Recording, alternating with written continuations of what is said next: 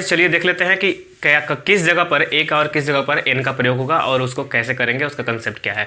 तो हमारा जो है वो फर्स्ट लेटर और फर्स्ट साउंड के कंसेप्ट पर जो है हमारा ए और एन जो है उसका प्रयोग किया जाता है। तो देख लीजिए यहाँ पर फर्स्ट लेटर फर्स्ट साउंड क्या है। ये जो फर्स्ट लेटर बोल रहा हूँ और फर्स्ट साउंड किसी भी वर्ड का, कोई भी वर्ड है उसका फर्स्ट लेटर। जैसे मान लीजिए यहाँ पर अम्ब्रेला एक वर्ड है और यूनिवर्सिटी एक वर्ड है, इसका फर्स्ट लेटर भी यू है और इसका फर्स्ट लेटर भी यू है। अब दोनों का फर्स्ट लेटर और इस फर्स्ट लेटर का फर्स्ट साउंड जो होगा उसी पर डिपेंड करेगा ये। तो देखिए यहाँ लिखा हुआ है अम्ब्रेला, इसमें क्या स्टार्ट हो रहा है, अ से स्टार्ट हो रहा है, और यह है यूनिवर्सिटी, यू। देख रहे हैं दोनों एक ही वर्ड लेटर है और दोनों वाउल है, जो यू 5 वाउल में से एक। अब देखिए जब दोनों सेम है फिर भी इसका साउंड अलग होने की वजह से दोनों जगह अलग अलग आर्टिकल लगेंगे। जैसे पहले में अम्ब्रेला के लिए एन और दूसरे में यूनिवर्सिटी के लिए अ लगेगा। तो आप समझ गए इसको फर्स्ट लेटर फर्स्ट साउंड पर कैसे डिपेंड करता है।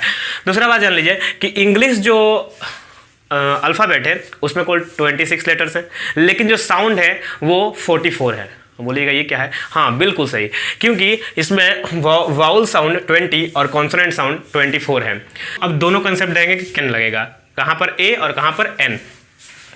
तो प्रोनाउंसिएशन जब हम करने जाएंगे किसी में, मतलब प्रोनाउंसिएशन के दौरान अगर कोई वर्ड का साउंड, प्रोनाउंसिएशन के दौरान अगर किसी वर्ड का साउंड किसी व्यंजन वर्ण से हो तो उस साउंड को हम लोग कॉन्सोनेंट साउंड कहते हैं, और कॉन्सोनेंट साउंड के पहले हमेशा ए का प्रयोग होगा। इस बात को ध्यान रखिए। जैसे कि कॉन्सोनेंट साउंड जब माना जाएगा तो उसके पहले ए का प्रयोग होगा। तो यहाँ पर कुछ एग्जाम्पल्स है, इस बात को क्लियर कर लीजिए। जैसे क्या है, कार। अब कार जो है इसका आप साउंड बताइए, कार, इट्स अ कार। क्या है? कार। कार का साउंड क्या है? क, यानी इसके पहले क्या लगना चाहिए? A car. This is a car, हम लोग ऐसे भी पढ़ते आए हैं बचपन से। फिर टोए, ट, इसका क्या होगा?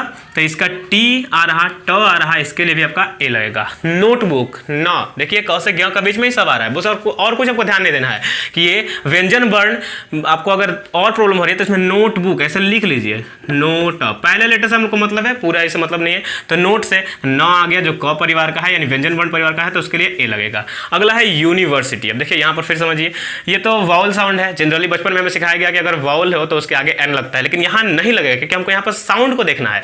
तो यहाँ पर भी क्या लग जाएगा? अ। समझ गए?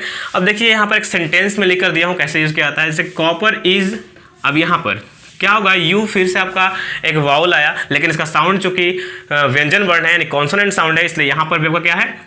ए ही लगेगा। Copper is a useful metal. आप इसको ए को समझ गए। अब देखिए हमेशा ही इस बात का रखिए कि क से ज्ञ तक जब भी कोई प्रोनाउंसिएशन करेंगे किसी वर्ड का, वो क से ज्ञ तक के बीच में आए तो उसके लिए ए का प्रयोग होगा। दूसरा साइड देखिए क्या है कि इसमें दूसरा रूल में कि प्रोनाउंसिएशन के दौरान अगर किसी वर्ड का साउंड जो है वो अ से अ तक यानी कि स्वर वर्ण जो होता है उसमें आए, यानी कि आप उसको लिख के देख सकते हैं कि अ से अ तक कैसे प्रारंभ हो, और उसमें क्या है, जब वो इससे प्रारंभ होगा तो जाहिर सी बात है कि उसको हम वॉवल बोलते हैं, तो इससे वॉवल साउंड निकलेगी। जब वॉवल साउंड निकलेगी तो वहां पर हम इसको एन का प्रयोग कर देंगे और क्या करेंगे, जिस भी वर्ड के आगे वॉवल साउंड आएगा, जो क्या होगा, हिंदी में अ से अ तक का साउंड को वॉवल साउंड कहते हैं, और उससे उच्चारित होगा, माने उससे उसका प्रोनाउंसिएशन आएगा, तब उसके आगे एन लगाएंगे हमेशा। कुछ एग्जांपल्स के द्वारा इसको हम लोग क्लियर कर लेते हैं। जैसे कि एप्पल, एप्पल जब लिखते हैं तो क्या लिखते हैं? ऐसे। अब बताइए ये किस में आता है? क में आता है ना अ में आता है? डेफिनेटली ये अ में आता है एप्पल, तो यहाँ क्या लगेगा? An apple. दूसरा है आंट, अ आया, अ के लिए क्या लगेगा? एन लगेगा।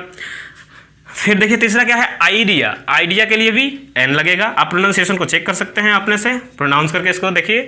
फिर है विंडो। अब देखिए यहाँ पर एक वर्ड में लिखा हूँ विंडो, विंडो। अब इसका प्रोनाउंसिएशन जब देखिएगा तो यहाँ व इसे व में हर से ही विंडो वाला आएगा। अब व जो है वो तो अ के परिवार का नहीं है, मतलब कि इसका साउंड जो आएगा वो वावल साउंड नहीं होगा, ये कॉन्सोनेंट साउंड होगा। तो यहाँ पर याद रखिए एन लिखने से गलत हो जाएगा। यहाँ क्या लिखना पड़ेगा हमें सही करने के लिए? यहाँ पर हमें अ लिखना होगा, अ window, this is a window, इस टाइप में अ विंडो। अब यहाँ पर है dash honest man is like by all. अब यहाँ बताइए ए लगेगा या एन लगेगा? सिंपल बात, हम यहाँ पर देख तो रहे हैं कि कॉन्सोनेंट है, लेकिन क्या इसका साउंड भी कॉन्सोनेंट है? नहीं, इसका साउंड जो है एच इसमें साइलेंट होने की वजह से ये ऑनेस्ट पढ़ाता है, ना कि हॉनेस्ट। ठीक है, तो इसके लिए भी एन का प्रयोग होगा। An honest man is like by all. चलिए इसको समझ गए। अब देखिए गाइज क्या है कि नोट में एक चीज देखिए मैंने जो लिख के रखा है, कि ए एन का प्रयोग करने से पहले हम लोग को साउंड पर विशेष ध्यान देना है। किस पर? साउंड पर। अगर साउंड सही निकला, साउंड को हम सही से पहचान पाए, तो डेफिनेटली हमारा जो आर्टिकल का यूज करेंगे वो एकदम सही होगा। तो देखिए यहां लिखा हुआ है वुडन, एक वर्ड क्या है? वुडन। अब इसके लिए दो टाइप से लिख सकते हैं, अगर साउंड में नहीं पता है तो वुडन इस तरह से भी और वुडन इस तरह से। तो ये वुडन होता है ना कि वुडन, तो इसके लिए हम लोग क्या लगाएंगे?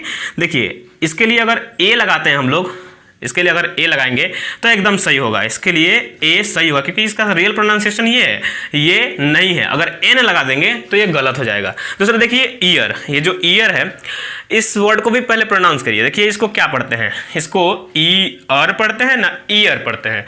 तो इसका प्रोनाउंसिएशन जो है वो ईयर ये वाला है, तो इसके लिए भी ए का प्रयोग होगा न कि एन का। तो इस तरह सब समझ गए कि जो प्रोनाउंसिएशन है उस पर ही पूरा का पूरा जो साउंड है और जो प्रोनाउंसिएशन साउंड जो आने वाला है उस पर ये ए और एन का कंसेप्ट पूरा डिपेंड करता है।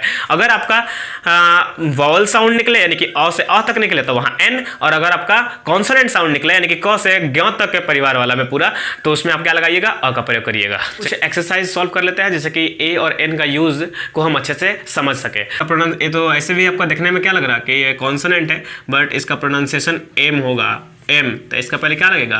एन। उसी तरह से ऑरेंज अ आएगा तो इसके पहले क्या लगेगा?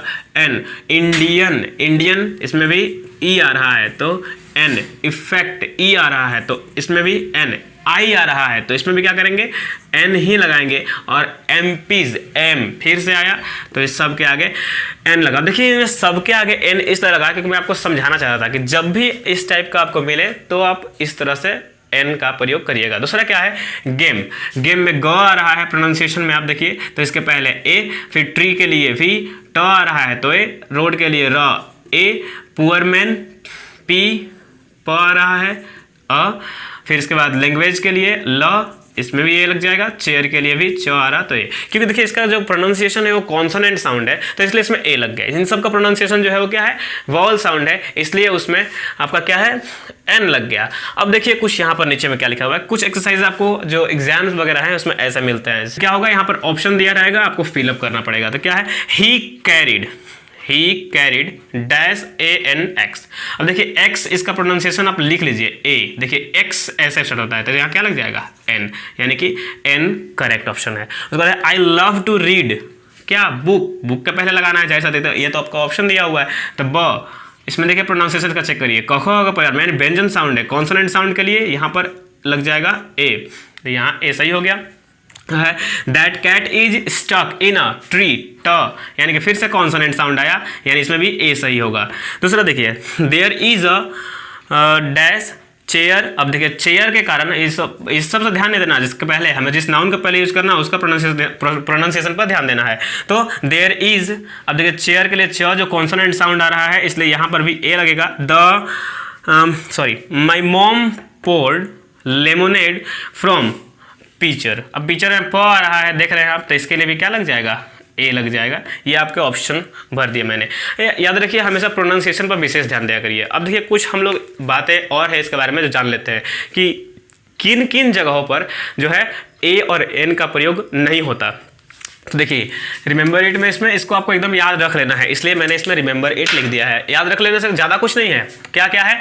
तो ए और एन यानी ए या एन का किसी का भी प्रयोग कहाँ नहीं करेंगे? तो याद रखिए प्रॉपर नाउन का पहले नहीं करेंगे। प्रॉपर नाउन क्या होता है? किसी भी व्यक्ति का एक नाम, खास नाम, जैसे कि मेरा नाम एशन तो एशन हो गया, आपका नाम अगर सोनू हो तो सोनू हो गया, ये सब के आगे ए सोनू नहीं होगा। सो गाइज मिलते हैं अगली वीडियो में जिसमें हम द को करेंगे।